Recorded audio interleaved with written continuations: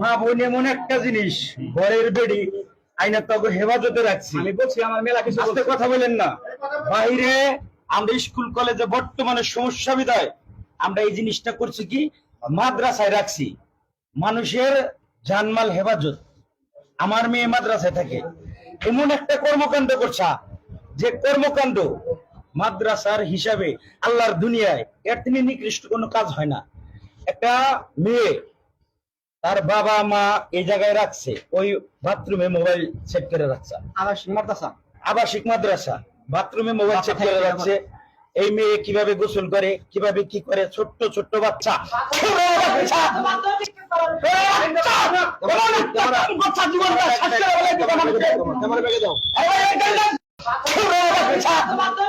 মা বোন এমন একটা জিনিস, ঘরের বেড়ি আইনা তো হেফাজতে রাখছি। আমি বলছি আমার মেলা কিছু আস্তে কথা বলেন না।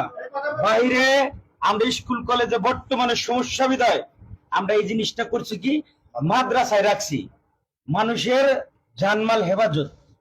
আমার মেয়ে মাদ্রাসায় থাকে, এমন একটা কর্মকাণ্ড করছে যে কর্মকাণ্ড মাদ্রাসার হিসাবে আল্লাহর দুনিয়ায় এর থেকে নিকৃষ্ট কোনো কাজ হয় না।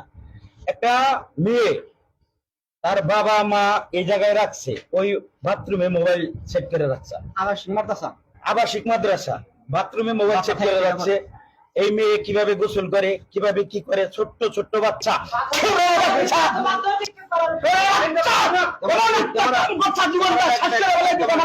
ক্যামেরা ব্যাগে দাও।